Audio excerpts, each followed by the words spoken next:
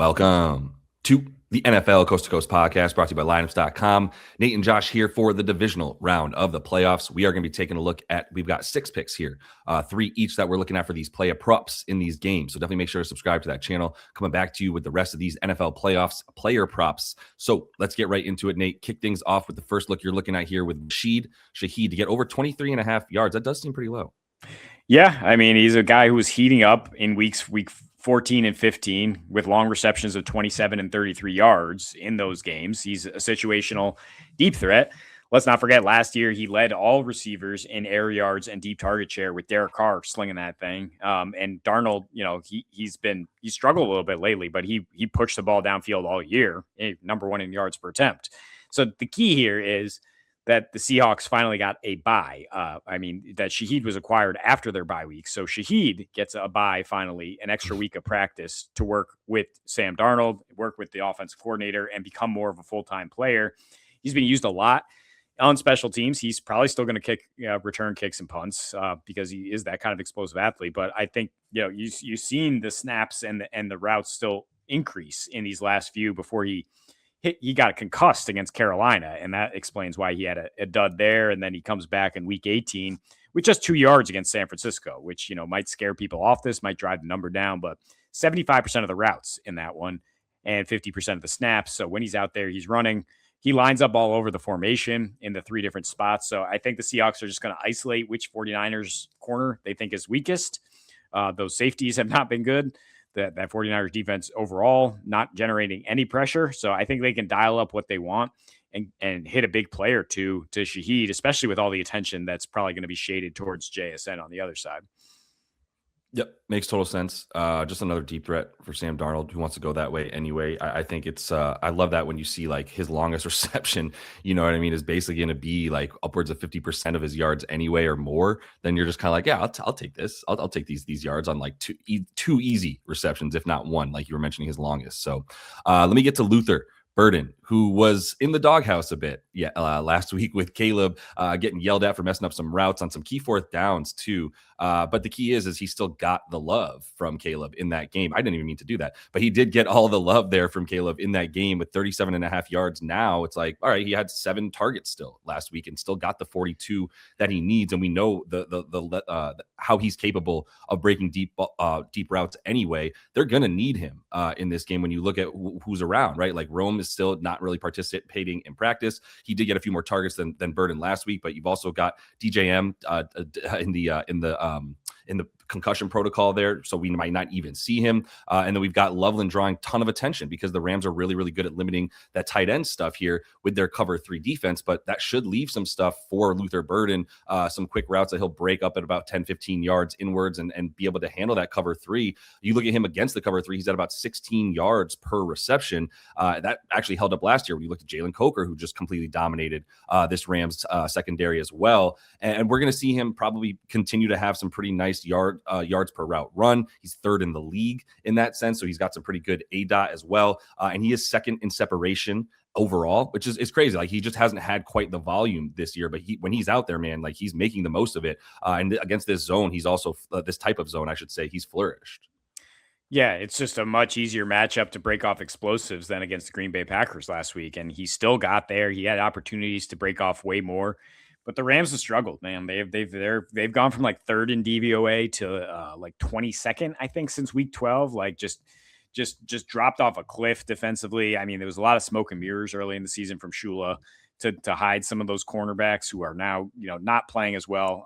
And Quentin Lake came back, the nickel corner, and like you mentioned, he got smoked by Jalen Coker in his first game back. Now he gets Burden, who's arguably a little more talented. CMC, we're going under 110.5, and seems scary because, yeah, he is the man who leads the NFL in touches per game, but shouldn't be that scary when you think about the Seattle Seahawks, who are the best defense in the NFC. There's no argument there. They have almost no weaknesses. They're especially good against the run, and it was not a fluke that they held CMC to 57 total yards in Week 18.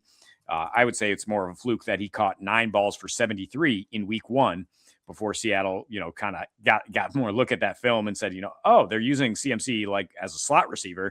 We should probably bracket him. And now with no George Kittle, that's not only going to hurt the run blocking, He averages a full yards per carry less without Kittle since 2023.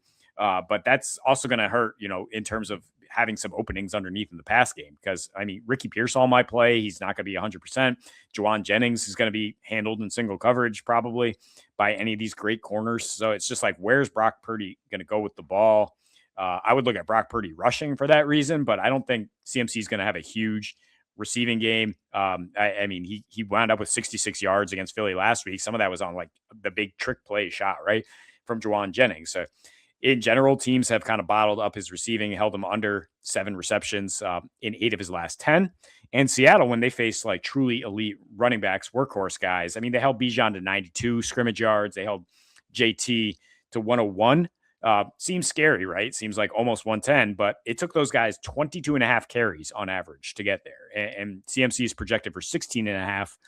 The Niners that have not been able to like maintain possession, establish the run.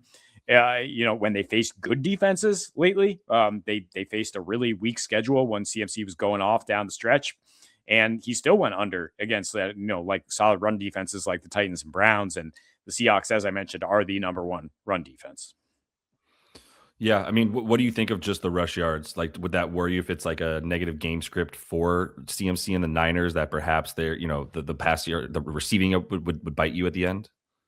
I think I might actually isolate the receiving, even though it's kind of a zag because the Seahawks have given up nothing on the ground, but they've given up a lot of receiving. I just think it's the third time around and the familiarity of it that I wouldn't be surprised if Mike McDonald's like, we should bracket this guy. He is their number 1 receiver, and we should let other people beat us. Yeah, no, that adds up, especially at this point. We'll see. Yeah, like you're talking about with Pearsall even being available and all that. So let's get to Josh Allen in this game with the Broncos here. I do think he's good for a tutty in this one, and we also mentioned here the second half touchdown does seem to make sense a little bit more when you consider sort of like when he starts to do his thing on the ground and when he's going to get a little bit closer to the goal line. But either way, I think the touchdown of -110 is still a really good number here.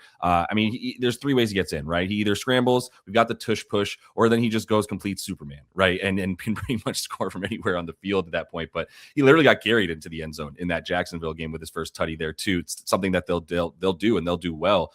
He has 8 rushing touchdowns in his last 7 playoff games. So I do like this number at near even money for him, just on that sort of like that trend alone right there. But also you look at James Cook struggling a little bit to finish at the goal line in his career against Denver last year in the playoffs, 31-8 win for the squad. And Cook had 120 rushing and a TD, but they were really in control of that game the whole time. I think, they're coming in now on the road here. You've got a Broncos team that's been waiting for them. This is going to be a little bit tougher than it was last year for them. I don't think we predict that same 31-8 differential there.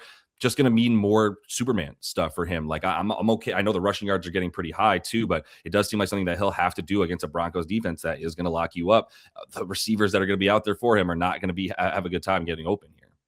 Yeah, Josh Allen is the best bet for a touchdown in this game. I don't think there should be any question. So the fact that he's not, at a -130, 135 number is value. I think you gobble that up right there. And if you can sprinkle a little bit on him doing it in the second half like he did last time, even better. And then, the fact that you mentioned as he got carried by his offensive lineman like 8 yards out into the end zone, I think the NFL right there, then and there, looked at that and be like, okay, no more tush push. We need to visit this in the offseason. This is ridiculous. And then you got a picture like, what if they just picked up Bryce Young and carried him like a canoe? He'd probably be a lot easier to carry into the end zone too. Yeah. Sticking in this game, Evan Engram at the 2.5 receptions, not the yards, just the receptions, because his ADOT is pitifully low, bro. It's 4.4 yards per game. That is 38th among tight ends. And yes, there are only 32 teams. He still, he doesn't run a ton of routes, kind of like Burden, where you're mentioning. He's 20th in routes per game, but he's 14th in target rate at 22%, and he gets a lot of separation. And that's the key here. Second among tight ends in the target separation that he generates. And I think Bo Nix is going to be a little tight here.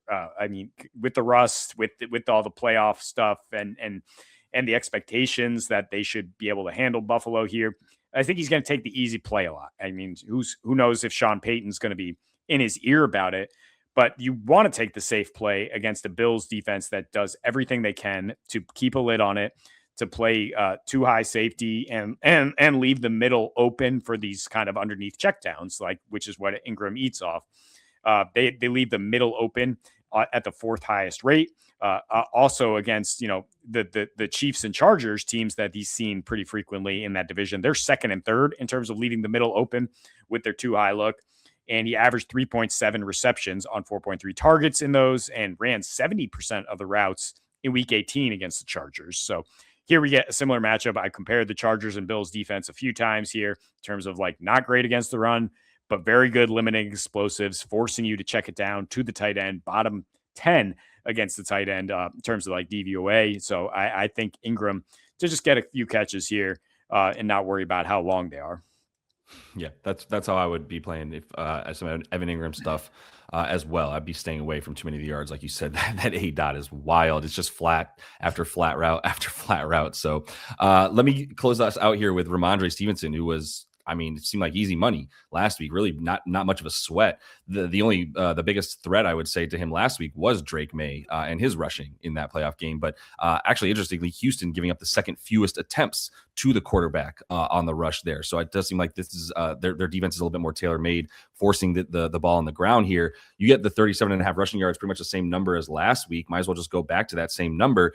Maybe you're a little bit more scared of the rush defense here, but Rhamondre's volume should continue to be what it was, and that was the bulk of the handicap on him last week. Was, well, he's just going to get more than Travion at this point. It was Travion's first playoff game, 5.3 yards per carry in that one over versus Travion's 3 yards per carry, almost doubled his snaps as well, and actually also ran a bunch of routes. They're 23 to 9 on the routes run, only 9 routes for Travion. So it's like Rhamondre is getting all of the looks here and all of the different packages as well. And this is going to be a hard game for May to not only run, but also to pass. Like, and they've actually been struggling with their pass protection enough. You saw it last week against the Chargers too, enough so that like you really need to establish the run game to sort of neutralize some of that. And we're going to get Rhamondre back at home too. And in his last 4 in Foxborough, 68.5 rushing yards per game, actually looking at almost 8 yards per carry. So been really, really good back there up near Boston. So I think he's going to be good for this one.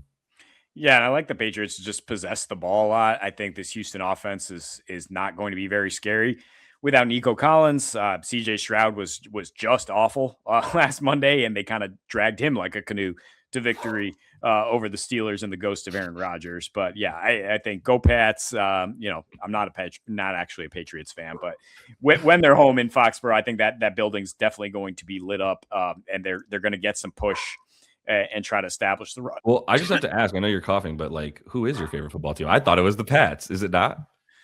Baltimore Ravens. Okay, we'll close the show on that note. Tough time for y'all out there on B-more, but at any rate, that is all the time we have for you for the divisional round. Going to be coming back next week as well, so make sure you are subscribed to that channel. Also got plenty of NBA action on the channel each and every weekday as well. So until we see you next, happy betting.